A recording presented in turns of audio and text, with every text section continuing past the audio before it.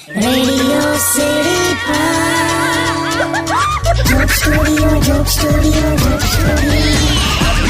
નમસ્કાર, welcome back. Radio city joke સ્ટુડિયોમાં આપનું સ્વાગત છે.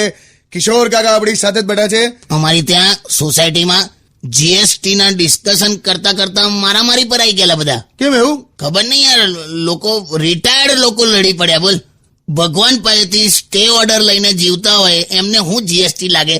એક દાદાને તો કેવા ટાંકા આયેલા. ટાંકા આયા? હા તો એટલે એવી મારામારી થઈ, ખતરનાક ટાંકા આયા છે. અહીંયા હોઠ ઉપર આમ ઉભા ટાંકા, ત્યાંથી લઈને છેક આમ નાક પર આયા ટાંકા, અને ત્યાંથી અહીંયા થઈને ભમર ઉપર એવું મોડું લાગે ને જાણે ઊંધું બાળક સૂતું હોય. ભલા ઊંધું આવું કઈક હોય ને તો મને બોલાવી લેવાનો. કે માર ખવડાવા? એવું નહીં હો, મારી સોસાયટીમાં પૂછી જોજો.